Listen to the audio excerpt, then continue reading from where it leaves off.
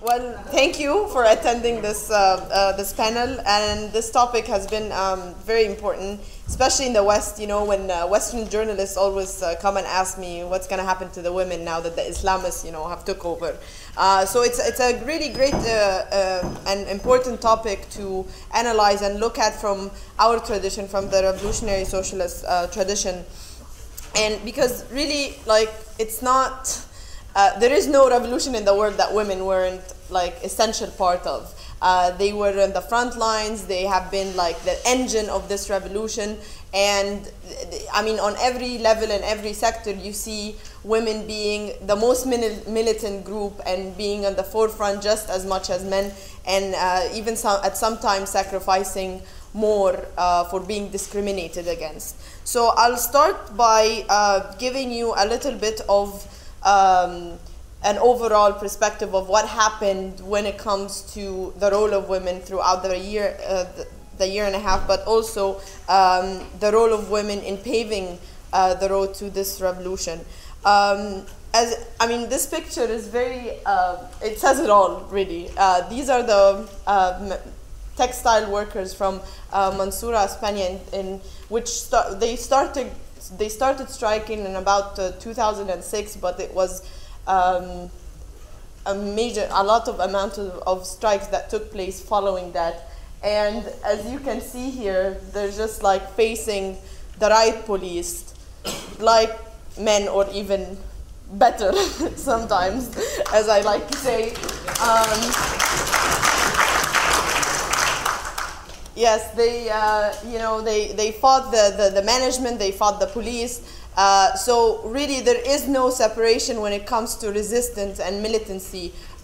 When it comes to women, I don't like to talk about women in a special way, because they have been part of this revolution. They have been part of the opposition, and not because they are veiled or they seem oppressed, as some Westerners like to believe. To me, these are the strong women that have fought and will fight again and are essential in winning this revolution. Later on, in the 18 days and following, and especially when we come to the first incident post-revolution on March 9th, 2011, that's when, following the International Women's Day, when women held a protest and was pretty much, interrupted by whether civilian clothes informants or men that were in civilian clothes, but many believe that they were pushed on by the police, since this normally does happen before the revolution, where women female protesters are sexually harassed or assaulted during protests. And we can remember the Black Wednesday that was on the 25th of May in 2005, when large number of women were brutally sexually assaulted by police thugs and raped pretty much in the streets. So whenever women attempted to kind of take part in protest as being women, they were called like they're agents of the West. They want to try to copy like Westerners, and these are not Egyptian ideals. These are ideals from abroad, as if women rights is something of in America, and that's it. But when women have stepped up, aside from the revolution, and tried to move on, calling for their own right, they started getting all these reactions of, this is not the time, we must wait for the revolution first, or let's take down the dictator, and then we'll try to postpone this issue later. This is not the time. And I completely disagree with that. This is the time. This is the time to fight for every oppressed group.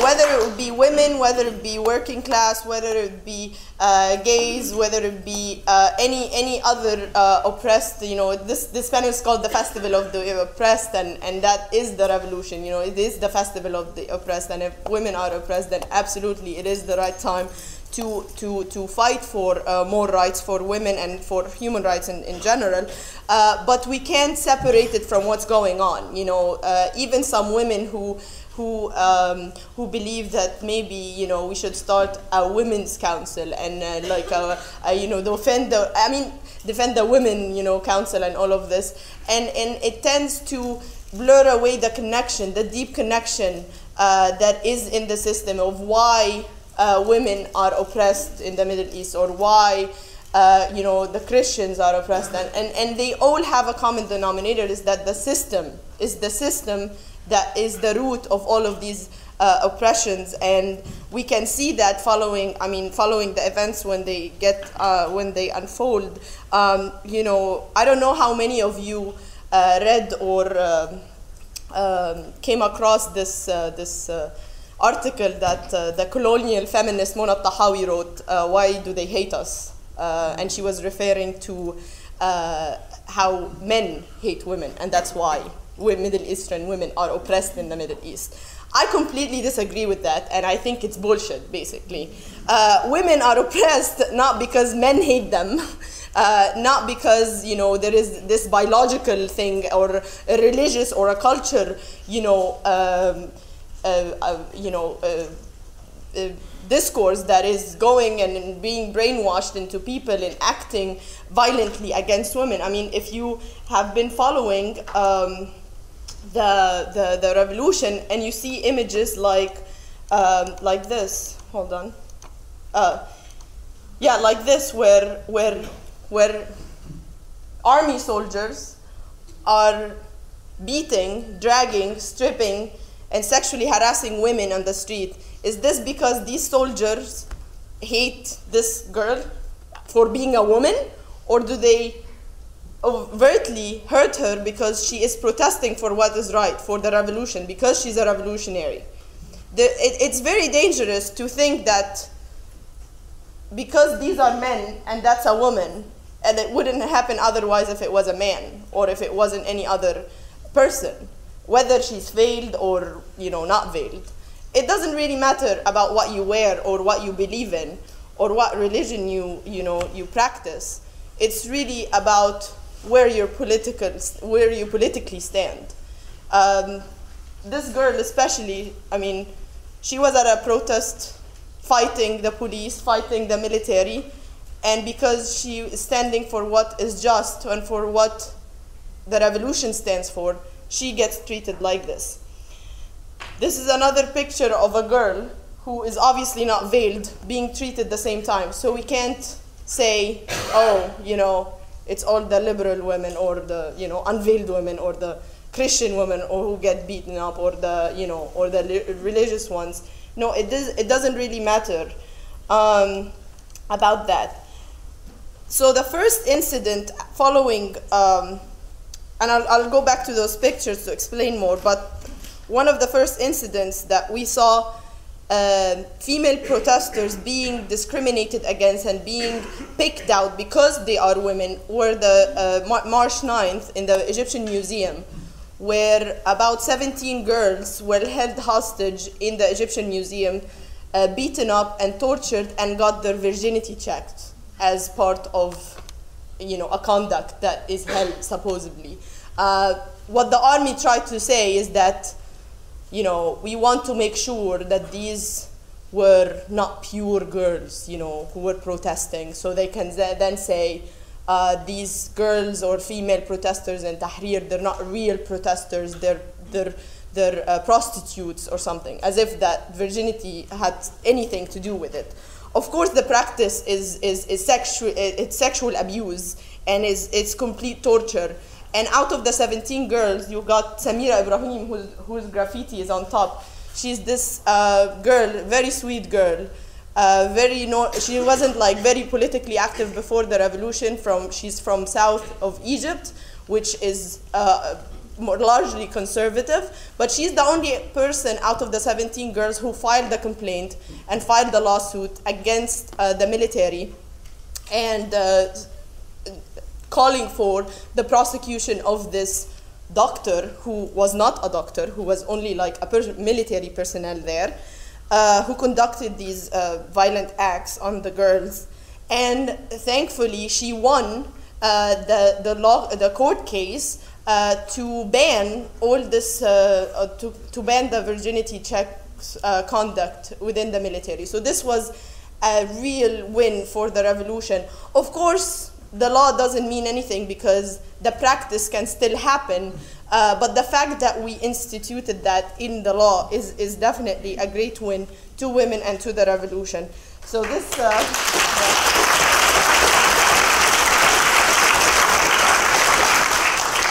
and the slogan, I mean, Samira Ibrahim in Egypt has become really an icon, and I think even internationally, where she is the girl who fought an army. And this is kind of the graffiti in Muhammad Mahmoud Street that showed that.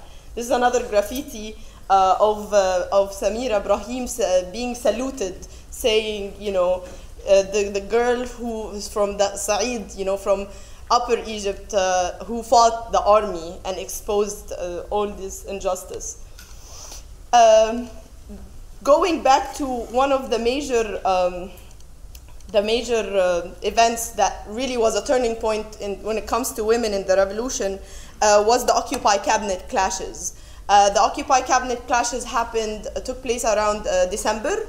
It was late December, and it was following the November uprising, where many people were fighting the police on Muhammad Mahmoud Street, and the sit-in continued until they really they kidnapped one person and badly tortured him, and that kind of started this confrontation between military officers who were around the ministerial cabinet at the time and the protesters who were sitting in.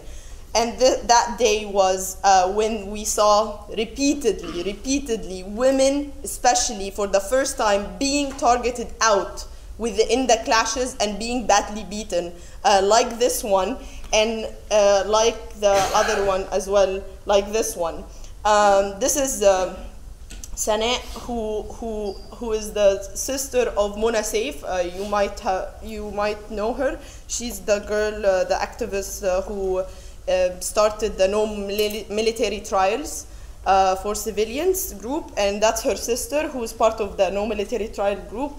And I mean, every testimony from these clashes was evident that the soldiers were psychologically charged, basically, of thinking that these rioters or these protesters are their enemies, like they must kill them. I mean, the amount of force that was used, especially against girls, was tremendous and was unprecedented. You can see here also that they were beating Niqabi women, so it didn't really matter whether the women, you know, were veiled or were Muslim or were Christians or how they looked like. Everybody was being targeted, and especially women. Following that, why this was a turning point? Because we got to see for the first time the reaction within the revolutionary bloc, like where revolutionaries started to honor the girl or the women in the revolution. There were many graffitis made for like Sitt al-Banat, which is because the girl who was being dragged was anonymous, like nobody knew who she was or who that person is. So they decided to call her Sitt al-Banat, which means the girl of all girls, like the queen kind of. I mean, it's not exact translation, but this is a girl who is not her, but a depiction of her, and naming her Sitt al-Banat. We also see pictures like this, graffitis like this, where it says "El-Bint zay al-Walad," meaning the girl is equal to the boy, and it's like a beaten up girl, saying that women are sacrificing just as much as men. We later on we get a campaign initiated by activists and against sexual harassment. Now let me talk a little bit about sexual harassment in Egypt, because almost every girl like, and I'm not exaggerating, walking in the street at some point in her life, if not every day, will be at least verbally sexually assaulted. So you would be walking, you know, going about your business, and some guy would be like, oh, nice ass or whatever. You know, it's just, it happens all the time. However, in Tahrir Square especially, and this got a lot of international press, sometimes Tahrir would be infiltrated by civilian clothes police thugs or people who are forced into the square to exactly do that, to sexually harass girls, assault them, try to make it very uncomfortable for a girl to be in Tahrir. And this initiated a big campaign from activists to do like a blogging day against sexual harassment, like end sexual harassment. Not necessarily just that has to do with politics, but also just in the normal daily life of every Egyptian walking in any street that has nothing to do with protest or so on.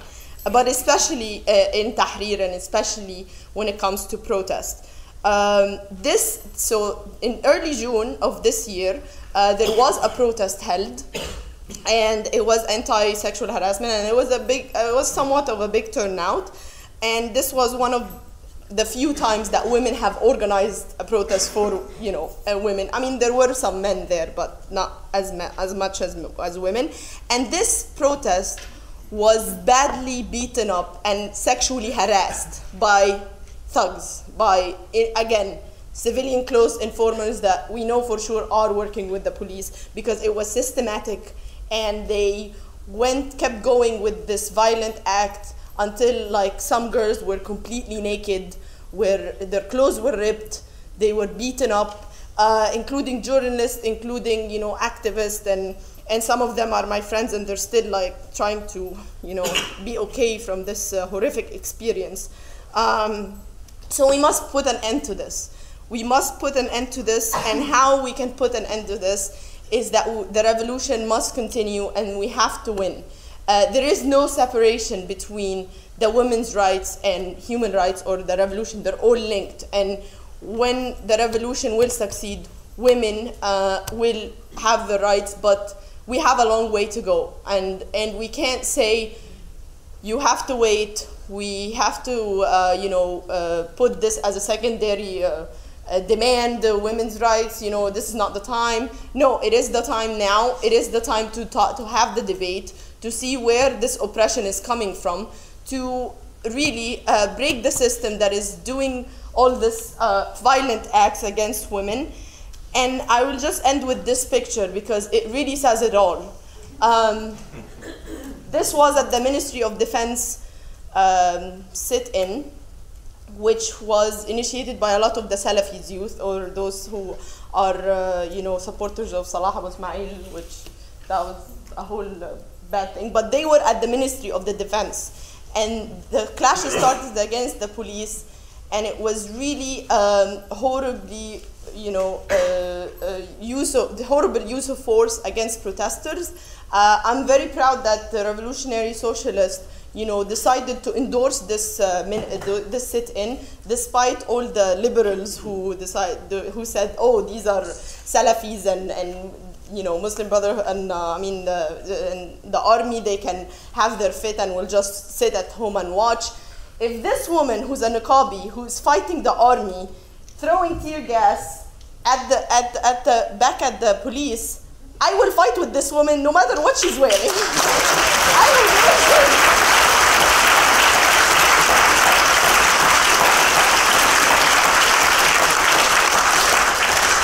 To me, this is not an oppressed woman like Mona Tahawi would like to say. To me, this is a militant revolutionary woman who I am proud to fight against the army and against the system. So whenever you see those headlines of, you know, Islam is taking over and hijacking the revolution, or oh my God, what's going to happen to the women? Just think of that picture, and you'll know exactly where the revolution is heading. Thank you very much.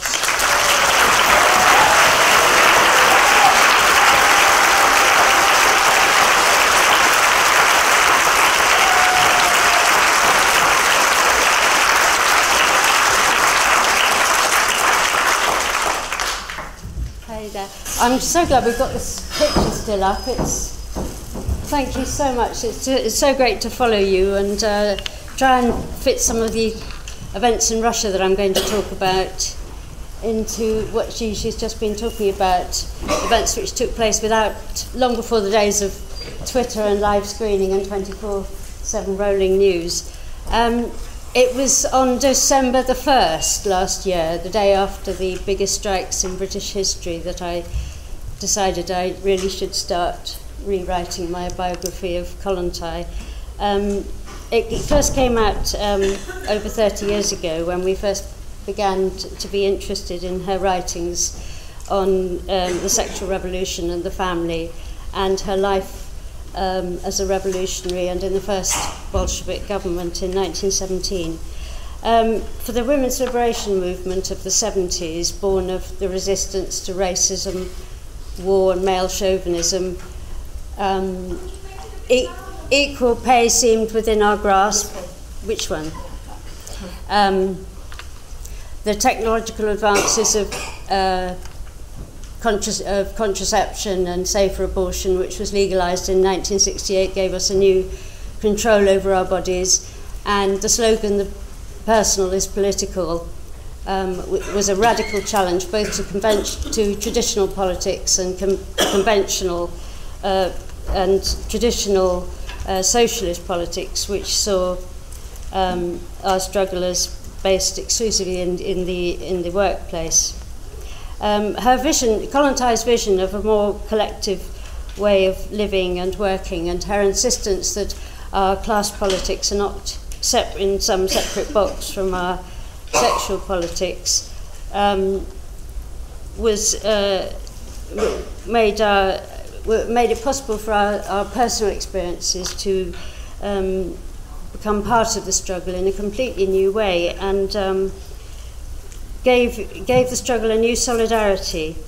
And as we built for last November, as I was running around town with bags full of strike leaflets, I had a short story of hers mixed up with them, given to me by a comrade actually over there that I was reading, and I had a sense that it was time to rediscover her. Just say a bit about the story, which she wrote in 1922, called Soon. It's set in an idealized Soviet commune 48 years in the future, in 1970, just as we were beginning to discover her over here. And it's just a very short story. It describes a party the young people there throw for the older generation to share their memories of the world revolution, which has already swept capitalism away. The Bolsheviks in 1917, so it was only 5 years after the revolution of 1917, the Bolsheviks hadn't promised heaven on earth, just bread for the hungry cities, land to the peasants, and an end to war. But they also knew that without an international revolution they would fail. And the commune in her story, so it's a very short story, as I say, and very slight in a way, but the commune in her story is really important, I think, because it stands not just for the Soviet commune, but as it struggled against capitalist encirclement in the 20s, but for the whole world in which capitalism has been swept away, along with private property and war and profits. And so now, 40 years later, after that story was set, the revolutions in the Middle East and Egypt are bringing all these issues that the Bolsheviks were talking about and Kollontai was writing about back onto the agenda again. And when we come out in October, on October the 20th, which will be massive, we'll be marching in solidarity with revolutionaries everywhere whose struggles are ours too. So a bit about her life then as a revolutionary. She joined the revolution as an underground fundraiser for the great strike movement that swept Tsarist Russia in the 1890s, when a whole generation of previously downtrodden, largely illiterate and submissive women suddenly erupted in rage at their inhuman working conditions, low pay and sexual harassment of the bosses. Demands for maternity benefits and equal pay began to appear on strike leaflets, and Kollontai saw how many of these women, having found the courage to take on the bosses, were drawn into the wider revolutionary movement and into a political understanding of their oppression. These women were the inspiration for all her later work as an organizer and writer. She took issue with a depoliticized bourgeois feminist movement in Russia then that wanted to isolate women from their class, and her writings were part of a rich socialist tradition that saw that looked at the specific nature of women's oppression and inequality in class society. Marx, Bebel and Engels had all described how in drawing them into the workforce, capitalism impinged on areas of their life far removed from wage labour, creating divisions between work and the home, the family, the public and the private, women and men. Kollontai went further, challenging socialists to engage with the great changes that revolution was bringing into every aspect of people's personal lives as they broke with old ways of thinking and behaving and the stranglehold of the Orthodox Church. For her, it was inconceivable that the new society revolutions were fighting to create would succeed if people were still imprisoned in the old nuclear family and women's needs at work and home weren't addressed.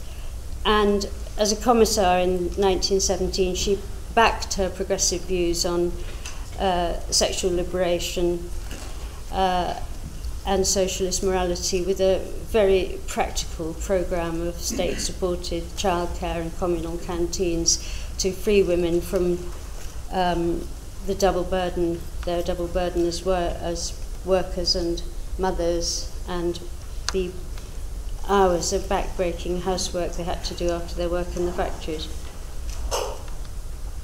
So in the 1890s, the strikers were jailed and exiled, and the revolution was beaten back, surging forward again in 1905 and again in 1917.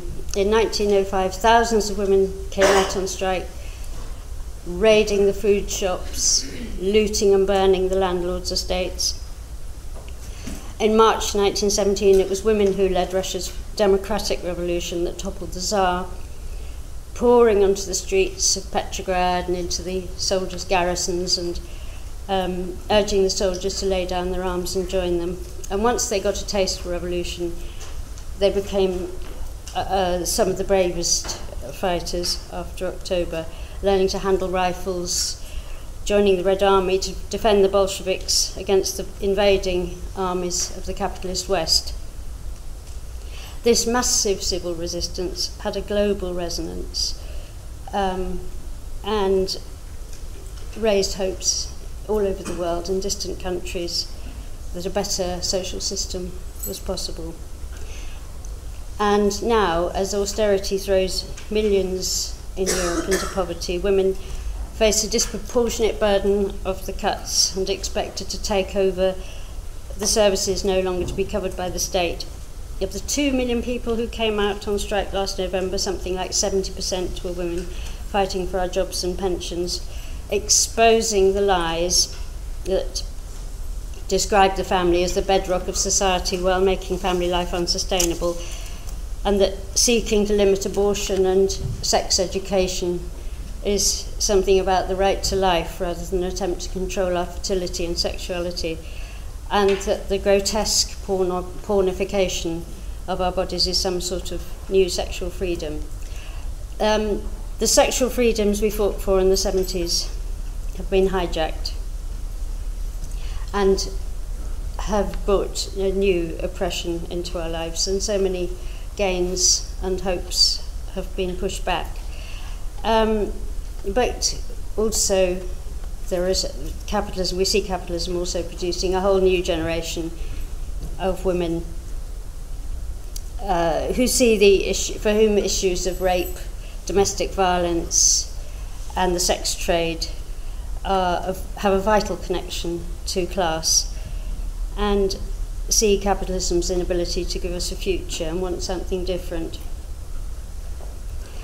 And I would just talk a bit about the way, just as a sideline, the way that the crimes, it's having read a lot of Cold War literature, obviously, about Russia. I mean, most of the stuff written in the West is obviously Cold War. And, of course, it's very conventional and convenient to describe crimes committed in the Soviet era as an inevitable result of abandoning the laws of the market. But, you know, we see as the world capitalist system breaks down before our eyes the lie that only the market can guarantee civilized values and human rights. So, sorry, can you speak up a bit more? Sorry? Just in the microphone. Well, here, that room. Thanks very much.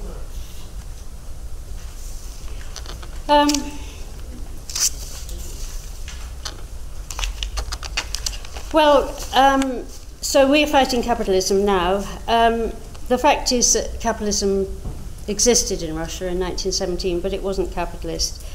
And Lenin said if the Bolsheviks, that if a viable capitalist alternative to Tsarism had existed in Russia, then the Bolsheviks would have failed, just as Liebknecht and Luxemburg failed in Germany when the Kaiser was overthrown, but there was no October.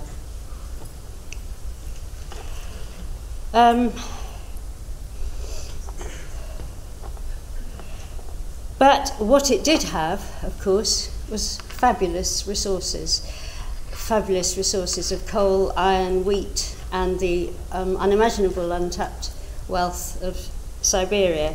And for 4 years, people fought to drive out the invading armies of 17 countries, desperate that a sixth of the world's surface wasn't removed from colonial plunder. They were driven out, and in those desperately hard years, in many aspects of Soviet life, we see almost as a model, a rough and ready model of how communist society could be afterwards. War communism meant that colonized program of canteens and creches went on in a very, very rough and ready way, but it was a sort of model of collective living. It did reflect some of our ideas, and of course we all know that some of the most progressive legislation after the almost immediately after the revolution, in the years afterwards, involved women simplifying the marriage law, legalizing homosexuality in 1922 and abortion in the same year.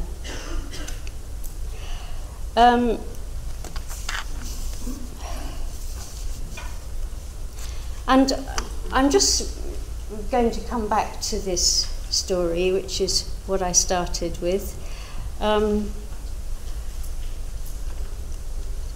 what started me on the whole idea of rewriting the biography, because I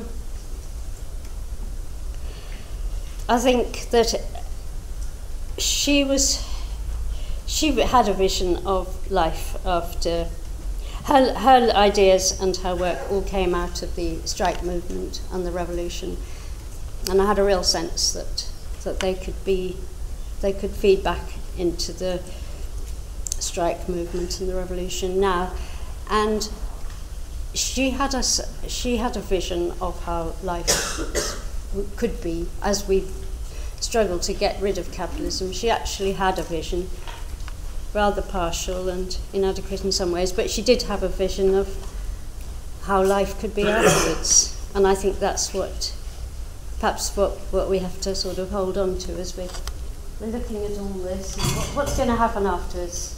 Kollontai has some ideas about that, and we might call it utopian, but we have to dream, don't we?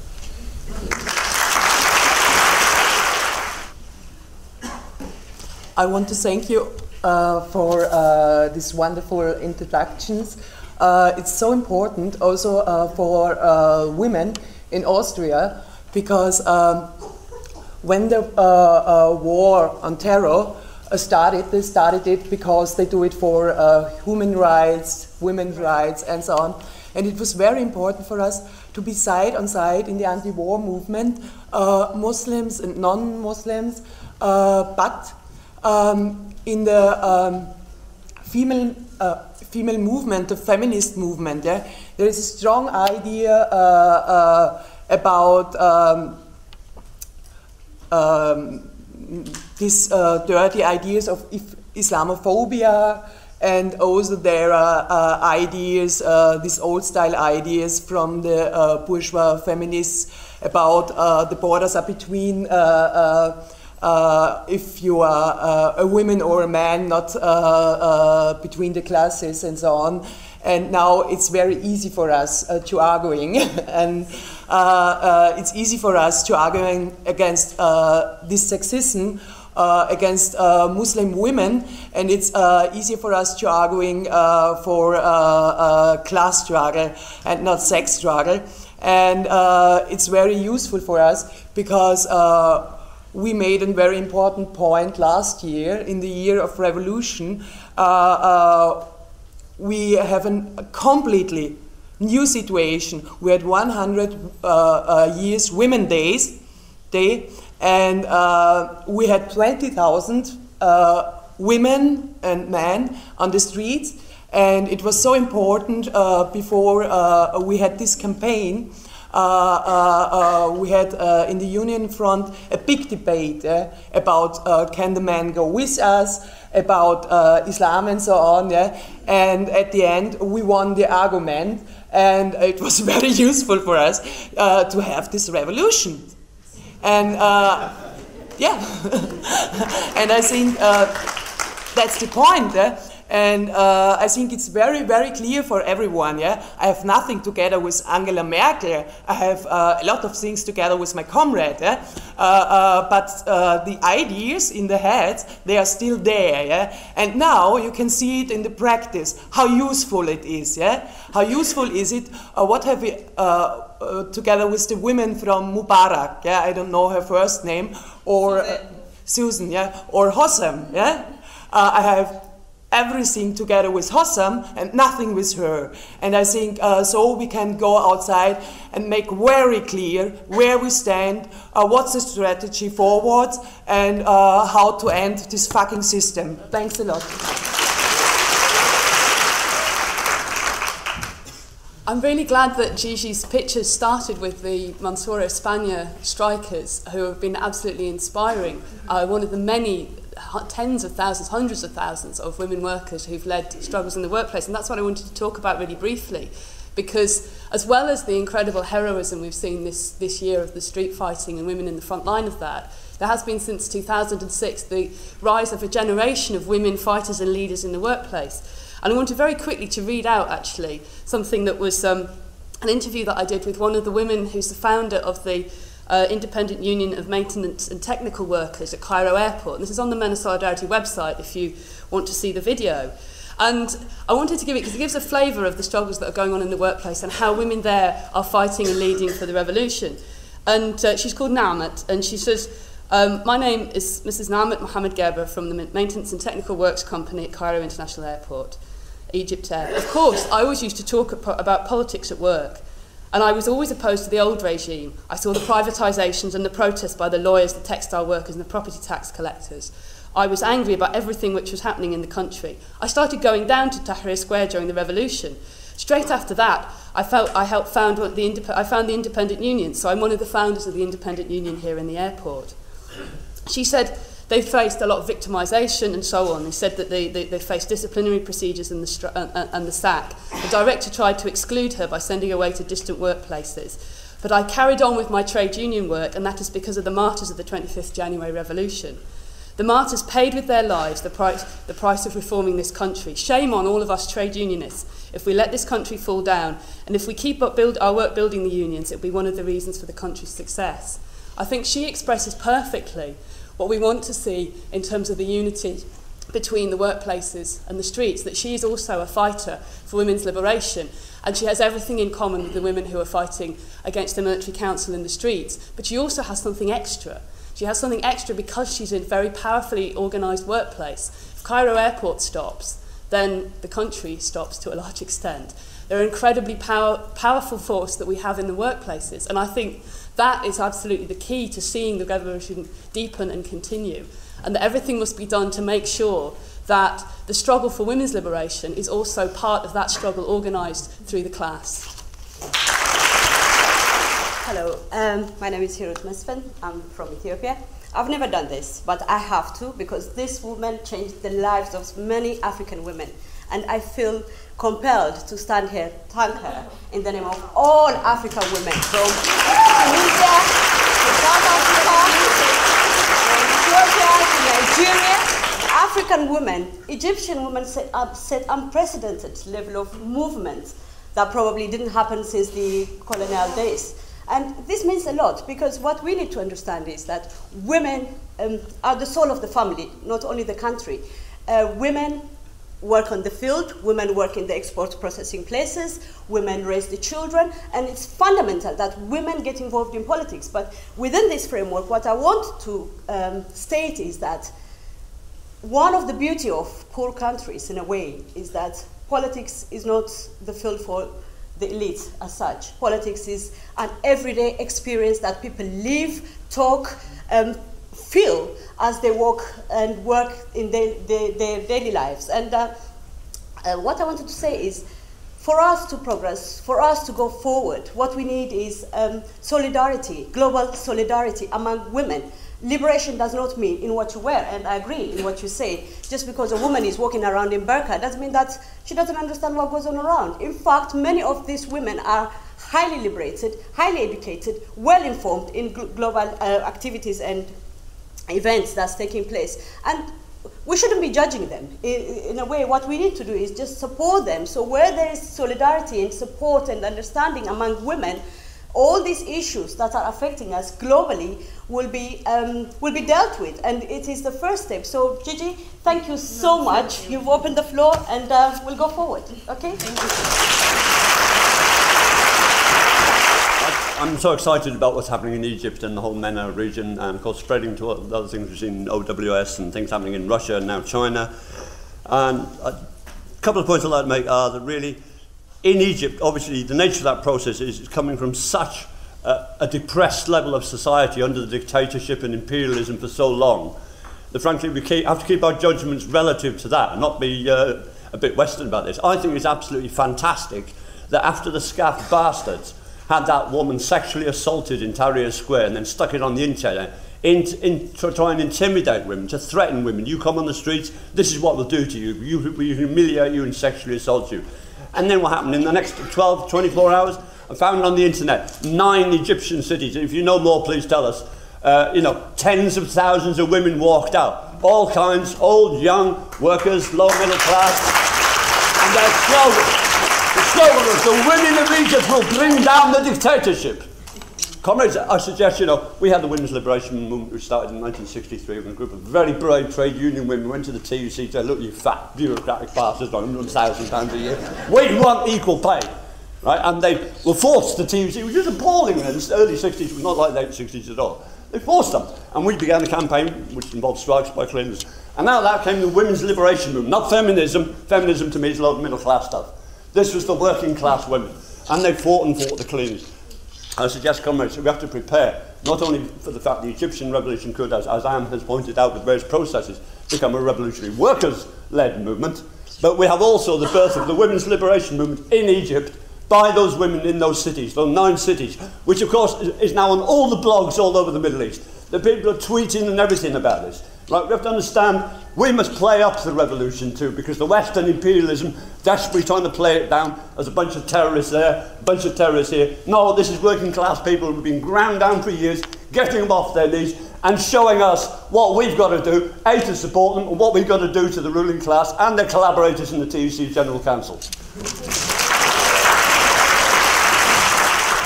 Really inspirational to be here, because obviously as socialists we celebrate the Russian Revolution, but actually not just as historical fact, but the fact that the process of revolution playing out in our lifetime, and that to me is inspirational in itself. But you see, it takes up the questions, because often, even here and now in Britain, the issue of the struggle for women's liberation is presented as somehow separate to any other struggles. So I've been in a recent meeting when we were talking about, you know, the November the 30th strikes and how we could make them as big as possible, the demonstrations. And I talked about, you know, the trade unions at the heart of it, how other people would come on board. And the woman got up after me and said, well, Amy's talked about the workers, I'm going to talk about the women. And it was like as though they were completely separate from that struggle. And the fact that it missed the point that actually over 50% of those people on strike were women. And actually the whole point being that actually the most gains are being made for women when we fought as a class, either here in Britain or in other countries.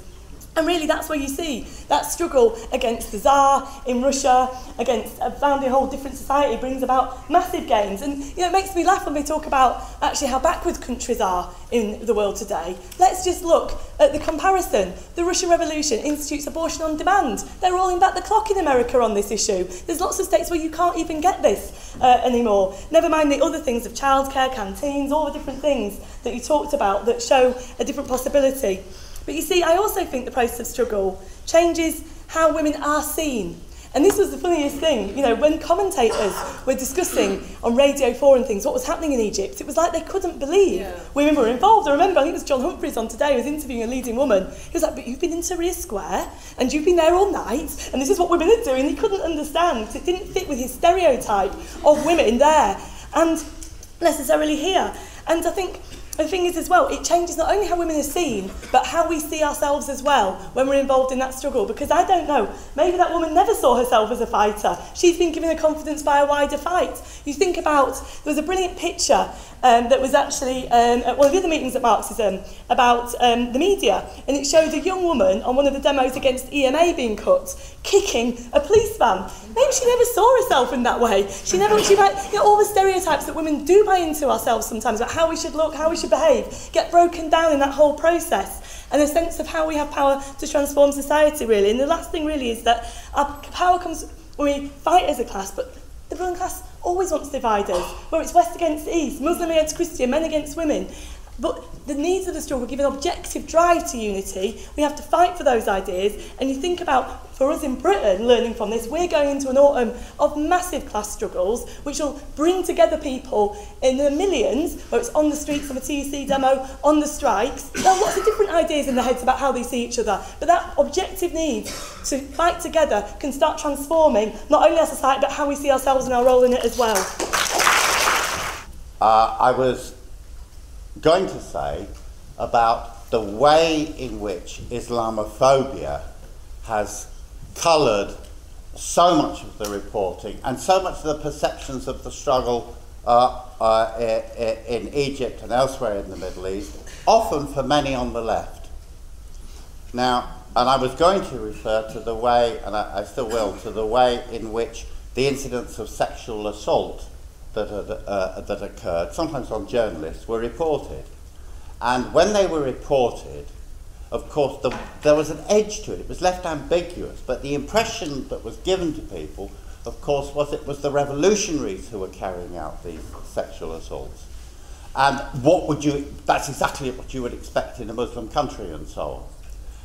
And I just, in response to what the last speaker said, I just want to say a couple of things about this. That one of the ways in which prejudice works, and it works the same way against black people, for example, is that when you get indefensible actions taken by them, for example, if you get a murder committed by a black person, that becomes racialized. When you get a murder committed by a white person, it doesn't. So that, for example, nobody thinks that after the Yorkshire Ripper that there's something wrong with Yorkshire people. Do you see what I mean? It's a different kind of phenomenon, but it's difficult to untangle. The other thing I wanted to say on this is about the way in which Islamophobia creates this obsession over the question of the veil, the hijab, the niqab, and so on. And it relates also to what happened in Russia. There's a myth, on the left actually, that the Russian Revolution liberated Muslim women in Central Asia and so on by taking the veils off their heads. There was an excellent article in International Socialism by David Crouch a few years ago that showed that wasn't what happened at all. That the taking the veils off women's heads was a Stalinist measure. The Bolsheviks were much more sensitive in their approach to Muslim women in the regime. That was like liberating women in the same way they liberated peasants by forced collectivization under Stalin, didn't liberate them at all and so on, and it was a disaster. And the last point I want to say on this is that the way in which the question of the liberation of women proceeds through the struggle is not linear and not simple and doesn't follow a kind of Western Enlightenment schema of first you go through a process of secularization, then you take off your veil, and then later maybe you come to revolution. It doesn't work that way. A wonderful example of that was provided by the revolution in the Yemen, when the president, the beleaguered president of the Yemen, thought, I know what I'll do. I'll attack the demonstrations because they got women on them, and I'll say it's un-Islamic for women to be on the demonstrations. What happened in that situation was about 2 days later, the women of Yemen came out in hundreds of thousands to say, yes, it is Islamic for women to demonstrate, and they came out in their hijabs, in their niqabs, and so on. Now, if you sit over in Britain and say, no, what ought to have happened is they should say, no, we're not Islamic, we'll take our veil off first, and then maybe we'll demonstrate. No, it doesn't work that way. The logic of the revolution means that they demonstrate and will make revolutions, hijabs and all. I always give this example to people in Ireland in exactly the same way as people didn't all become atheists before they rose up against British rule and took part in the Easter Rising and so on. It doesn't work that way round.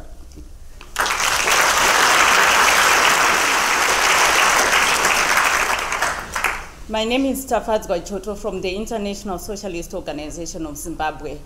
I just want to say that the events that took place in Egypt really inspired the working class of Zimbabwe. We have been involved in a struggle against the dictatorship of Mugabe since '95, and also demanding bread and butter issues. There was real excitement on the ground that, if the Egyptians have done this, why shouldn't we? We've been in this struggle for long. I just want to highlight that the capitalist system uses religion and culture to oppress the working class, especially women, to bound them with chains, not to participate in the struggle. But what has since happened, since the Egyptian revolts, has changed the situation.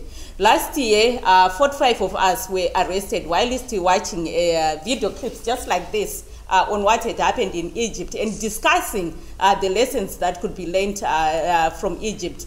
When police cells for about 5 days and later on thrown into prison. When we went into prison, the second day, we were asked to do hard labor work. And in Zimbabwe, the rule is that if you have not yet been convicted, you are not supposed to do hard work. The first day, women did because they were afraid. There were 11 of us. We're not so certain after the process, the harassment that we'd gone through. We're kind of scared. We did that hard labor. But second day, women just said, no, we can't do this. We are not yet convicts, and we are not going to do it. The prison authorities tried to force us, and they said, no, we can't do it. And then after that, after we won a refusal to do hard labor, we were then called to go to a place and do some Bible lessons. And interestingly, there's this woman, a very strong activist, who has been part of us. She's 65. When we got there, she just stood up and said, no, we don't want these Bible lessons. You want to make us feel guilty, but we are not guilty. We did nothing wrong. What we're doing was just discussing bread and butter issues, how to improve our lives. There was real excitement from other women, and one woman said to a prison guard, if women in Egypt remove their veils to join the struggle, why not us? We are not going to do the Bible. And right up to the time they were released, and when I remained behind myself, I stayed there for a month. Right up to the end, there were no more Bible lessons. So this has shown that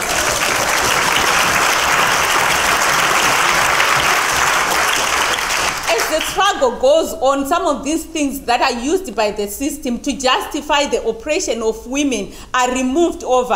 And it's exciting right now that women in Zimbabwe, the struggles have started again, though on a small scale. The government worker strike and the private sector that took place, women were also part of it. But it is interesting to note that the women who are unemployed were demanding to join the strike to say, we also want jobs for our children, we want a living wage for the workers. So they were forcing the ZCTU, they've actually forced the Zimbabwe Congress of Trade Unions to become part and parcel of the struggle. And I'll end by saying that last week, 9 women were arrested while participating in a demonstration demanding the end to the constitutional process that has been taking place since 2009, that ZANU-PF has dragged on and on just to frustrate the people. So even though women have been harassed together with the ordinary working class of Zimbabwe, they are looking forward to the next phase of the struggle to take on the regime, the dictatorship. Hi there. I hope I'm gonna sound articulated because microphones really scare the shit out of me and I become very self-conscious. My name is Joana. I am Portuguese and I'm a student in London. I was very happy with the contribution by one of the male comrades. Oh, he's there. Until he said that he thinks that feminism is a lot of bourgeois bollocks, which I totally disagree with. I've always been a left-wing activist in my country since I was quite young. I was a communist party member, and I've always been a feminist as well. And I think feminism is, we could say in a very basic way, a recognition that there is gender-specific discrimination and exploitation, so it's not a bunch of bourgeois bollocks. And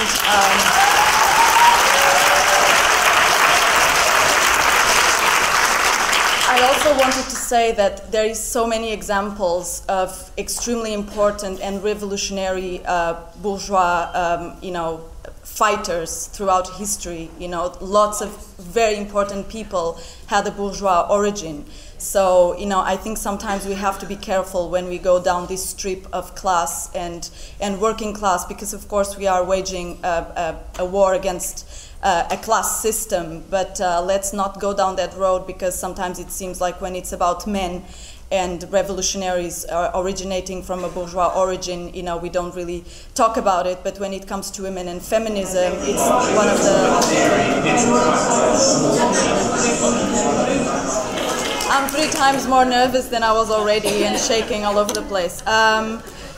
I also wanted to say, I don't know, I don't want to carry on with this thing, but I just, my country had a fascist dictatorship for over 40 years.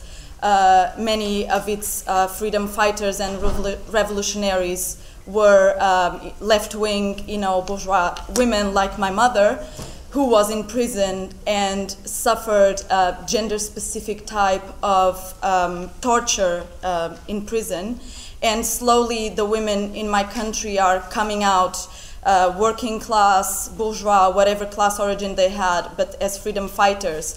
And they are slowly coming out and talking about their gender-specific discrimination within the party, within the revolution, within imprisonment. And I think this is very important for us to acknowledge and to listen to them. I just wanted to say, in terms of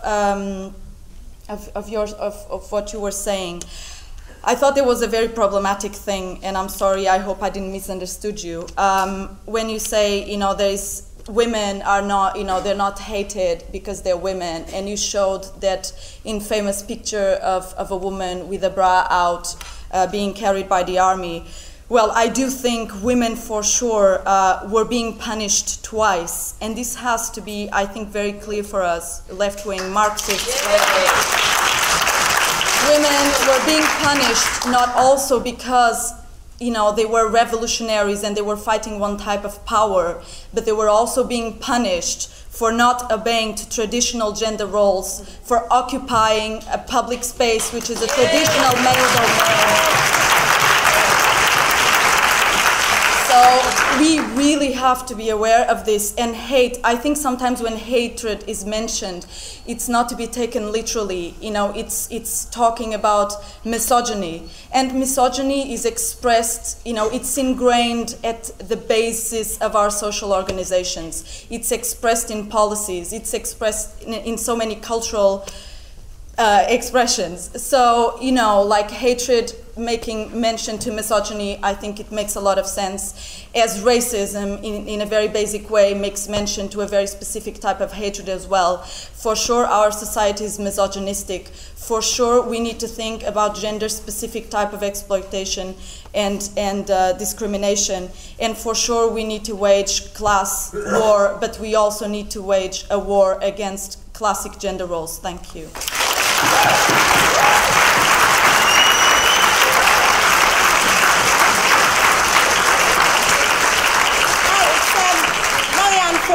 From Cardiff, and I just wanted to say something very short about the way that I think the trade union struggles that we've seen over the last 2 years have really built the confidence, I think, of a lot of very young women who are now starting to see the other sides of it other than just trade union issues. We've, I'm very proud. I'm in a tax office in Cardiff. When we have picket lines now, we have about 22, 25 people, and most of them are young women, mostly under 30, and I think that's something that's quite amazing. They're brilliantly organised picket lines. People bring all sorts of things, and it's, you know, it's far better than anything else I've ever been on anywhere. But you know, I think there's something there now. Because we know that, you know, the attacks, and people have mentioned that, you know, most of the strikes are like sort of 70% women. We've started to see how that started to build people's confidence. We've been on demonstrations, we've been on marches, we've been on picket lines. And something happened in Cardiff recently, which I was really, really proud of. Somebody spotted on Facebook, somebody I know from a demonstration and picket line, somebody spotted on Facebook that the Society of the Protection of Unborn Children, SPUC, were actually going to have one of their vigils in the middle of Cardiff. Now, at 3 days' notice, we managed to mobilise 50, 60 people, men and women, through the networks that we got through the trade union movement. It was young women that had come up with these ideas. We mobilised them. We all met at the train station because it's a little urban area, and we marched up with the Trades Council banner, about 50 of us, chanting. And there was actually, when we got there was about 50 of the SPUC members, and they really did not know what to do with themselves. You know, there's 50 angry women walking towards them with the Trades Council banner. You know, what is going on? But those women can see that the attacks that we're having aren't just about, you know, it's your pensions or it's your pay. You know, it's things like the, you know, Nadine Dorries with nonsense about abortion rights. It's the fact that your local sexual health clinic's probably closed. It's the fact that your maternity hospital probably closed, and your schools and your hospitals and all the services that you use. And I think we really need to make sure that we don't ever go down the route of saying, well, you know, this is a feminist issue, this isn't a socialist issue. You know, we have to bring all of these things together, because this is really, really important. And we need to use those networks that we've got and explain and build with people that those issues are all interlinked. It's all an attack from a nasty, nasty Tory government that we need to bring down. But the way that we do it is by organising and politicising those people and building the confidence of those people. Thanks.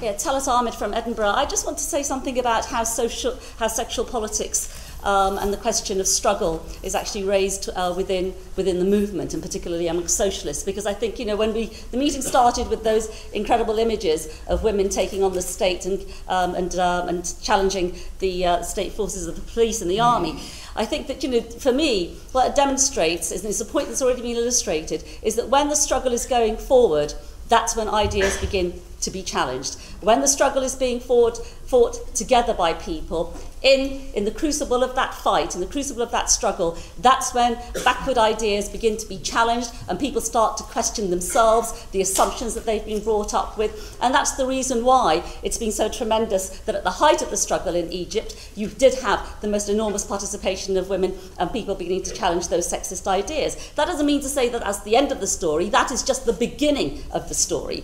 And that's exactly, you know, the link in terms of the Russian Revolution. That's exactly what this was about. It was in the crucible of that fight of people struggling together in the revolution that you could talk about colonized ideas beginning to make sense in that concrete material reality. Now the problem is it doesn't just stand still in that situation.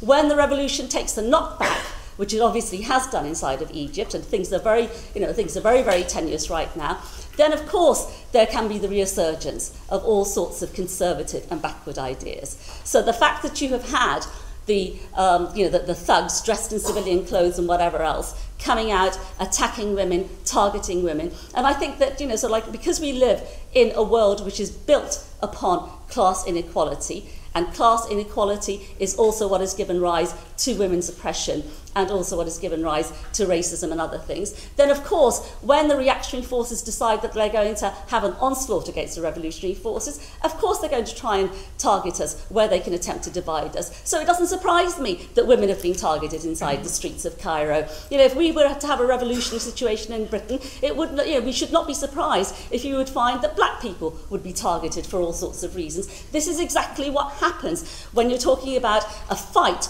to the death in a revolutionary situation, because you're talking about the battle of ideas as well. Now, that battle of ideas has an impact inside the movement. Of course it does. The fact that those women have been attacked means that within the movement, there will be those who will think, well, perhaps women shouldn't really come out onto the streets of Tahrir Square. Perhaps it is better if when we have protests, women are actually behind, you know, on the back of the demonstration rather than leading the demonstration. Of course, there are going to be the resurgence of those ideas. That's going to be inevitable in the situation that we're in because the movement is part of the real world that we live in. But that's where the question of politics is absolutely central. The question of revolutionary politics, because when we're talking about the battle for women's liberation, there are different types of ideologies that exist within the movement as to how you take that fight forward. You know, there are those who are going to hold different types of feminist ideas, and feminism is not just one form. There are lots of different strands of feminist thought. You know, there are going to be those who are bourgeois feminists, there are those who are going to be radical feminists, there are those who are going to call themselves socialist feminists, but also, for me, as a member of the SWP, we have a revolutionary Marxist tradition about women's liberation that Cathy talked about in her talk. And in the battles that are going to come, whether it's in the streets of Cairo, whether it's in the streets of Athens or in London, we are going to be engaged in having to have a fight about our world vision. And that includes, obviously, about women's liberation. And we are going to have to challenge some of the resurgence of backward ideas, because struggle never stands still. Ideas never stand still. When struggle goes forward, that's when backward ideas begin to be challenged. And it's never the end of the story. It's just the start of the story. But whenever things begin to go backwards, whenever there is a knock that the movement takes, then of course you're going to see the return of backward ideas. So it doesn't surprise me that that horrendous thing that Nadine talked about in her contribution could happen to her when she goes across to Tahrir. Because this is the real world that we live in. And the question and the duty of revolutionary socialists in terms of fighting for the real genuine tradition of women's liberation, and for me that genuine tradition of women's liberation cannot be separated from the battle against class society. That is what we're going to have to fight for. And it isn't going to be easy. I mean, you know, so like, I mean, we have living proof here, both as a historical example of Kollontai and the living proof of what's happening in Egypt, that these ideas are not straightforward. The movement is not easy. There is not one simple, straightforward road that we're going to be taking towards revolution. It is going to be complicated, and we're going to have to fight all the way, including with those who are on our side as well, because they will not share completely the ideas of prosecuting a successful and unrelenting war against the ruling class, because that's what it is going to take in terms of taking the revolution forward.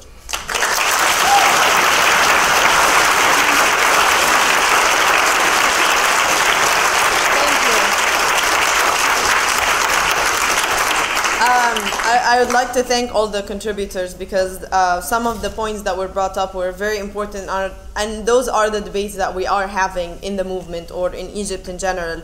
Of course, you know, when we talk about sexual harassment or any kind of act of sexual assault to women in Egypt, I mean, nobody can actually understand at all what this feels and what this means to a girl or to a woman who's walking down, you know, whether it be a street or Tahrir, and who gets sexually assaulted. It's really horrific. It's really horrific. And it you know, we were brought up as Egyptians. Many Egyptians have been brought up in a way where you look the other way. You know, you don't fight. You don't talk back. You know, you just look down and you just keep walking straight and hope that nobody will come at you. But it becomes really difficult, and that's when, you know, theory and all these slogans become really hard to put in action, because how am I gonna deal with, like when Nadine was saying, how am I gonna, you know, understand that this is a thug or this is the system, or even if it's a person who is actually committing sexual harassment, how do I cope with it, or how do I become okay with it when I'm so deeply hurt and assaulted? And I personally, I fight back. I do not stay quiet. I do turn around and I do slap the bastard. I do. And honestly, the old way is not gonna work anymore. And yes, to the comrade who spoke about, you know, hate and all of this, and not and gender specific, you know, discrimination. Of course it exists, and I'm not denying it, and I'm not saying it doesn't exist in our society. And this is where I spoke and I first started my talk with, is that we do need to analyze the roots of this. I mean, it's not the fact that I'm saying, you know, that we have no women problem, or all the problems that do exist are you know, by the police and all. No, there are deeply rooted problems, like there is in all of the world, and even like the advanced democracies, and I mean, even here in Britain, you know, you're still fighting for women's rights, and we're just starting in Egypt, so give us a break. I mean, like, I mean, but it's much more complicated than that, because when you get dictatorship and you get imperialism and capitalism all in one, I mean, you get really screwed as a woman, especially as a woman. And yes, when you say that women get it twice, you know, yes, but still, I mean, believe that this picture of the girl being beaten, no, she wasn't beaten twice because she's a woman. This happened to a man. There is a picture in this, in the same scene, of a man who's Ahmed Hassan. He's a revolutionary socialist comrade. He's a student from the Cairo University who, like, the soldier jumped on him. He jumped on his body. So yes, they will fight against you, they will beat you up, not simply because you're a woman. Yes, the women will have another attack, but definitely when it comes to the battle zone, when it comes to resisting the police, everybody gets assaulted, whether you're a man, whether you're a woman, because of your politics, not because of your gender. And I still stand behind that statement.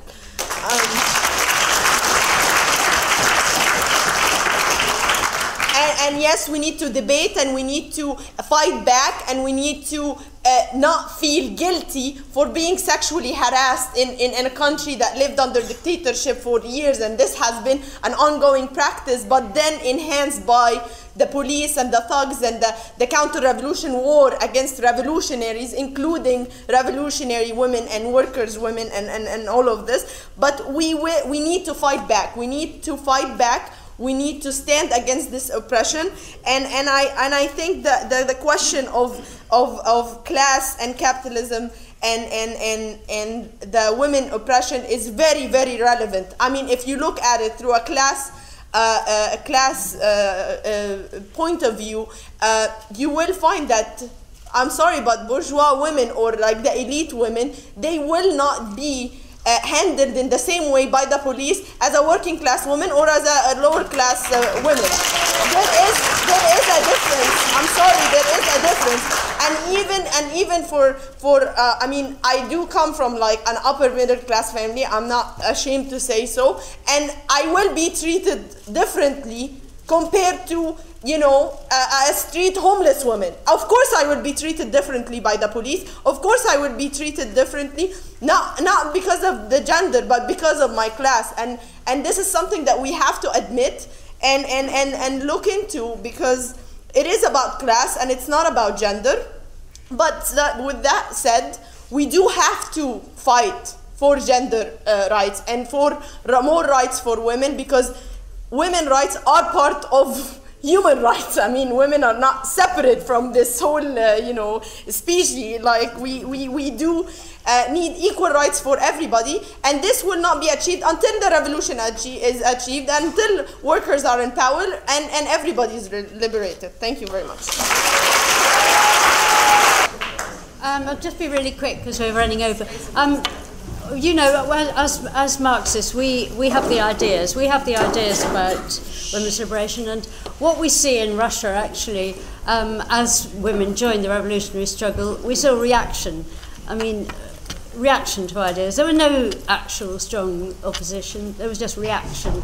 And what you saw with in the Civil War with the whites, all the generals, you know, and the businessmen, and who joined the armies to keep their privileges and their epaulettes, and massively backed by the West, of course. You just saw it was just a reaction. They had no ideology. Interesting that the day after the revolution, the American ambassador in Moscow said, some sort of Bolshevik government in power, woman in the government, disgusting. I think, and again, when you saw the